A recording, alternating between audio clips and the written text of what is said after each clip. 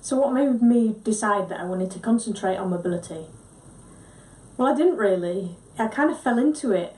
I always had an interest in injuries because I was manipulated badly in my early 20s, and it strained the ligaments in my spine, which meant that I had loads of different little niggly injuries, and my back was just horrendous. I couldn't even lift the bin to the top of the steps that come from my front door to the top to the road outside my house. I couldn't do that. I had to get my 80-year-old neighbour to do that for me, and I had a lot of little problems that just never seemed to go away. And I suppose it was an interest in my own body and my own fitness that kind of drew me towards fixing people. I always knew there was a gap between traditional physio and fitness, full fitness. So people would go through the NHS system in the UK, and they would get to the physio. They'd have a certain number of sessions with the physio, and they would the physio would have a certain checklist, and they got to a certain point and they weren't allowed to treat them anymore.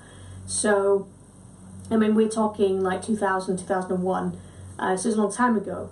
But, yeah, I just knew there was a gap, and I wanted to fill that gap, so I learned everything I could about correcting people's posture and using movements to treat low back pain and all that kind of stuff.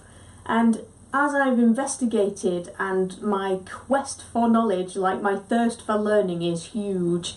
So yeah, as I've gone through that process and as I've tried to learn more and more, I've kind of just taken the bits that were felt really useful to me from certain bits and mashed them all together and made my own thing. And it turned out that mobility was the main thing, that it was the key that connected all of the other bits together. So it was injury, it was fitness, it was injury prevention, it was all sorts of stuff. The thing that made the rehab and everything else stick was movement. So I just dived more and more into that. I got more involved in what was going on in the body and how people actually feel about stuff. Most of the time, the industry has like almost a recipe book of, oh, you have this syndrome or this itis, therefore I will treat your body with this technique. And they never really take into consideration the body on the table or the person that they're dealing with and how the person feels about that. It's like, this is muscle and bone, this is what it does, and this is how it will work. But working with people from a personal training point of view, I spent a lot of time dealing with people who felt really nervous about exercise and they felt really uncomfortable about things, and you really had to take it at their pace.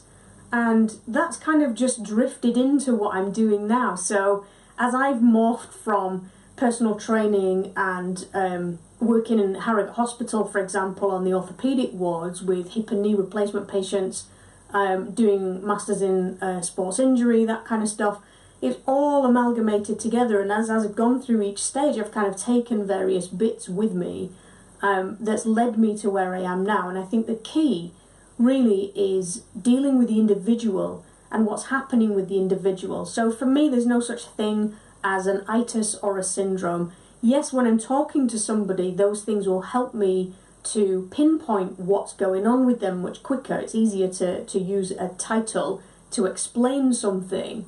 But as far as what's going on with the body is concerned, things are just stuck. If it doesn't move, you will get pain. It's that simple. And yeah, I suppose I just drifted into doing that, but I love it.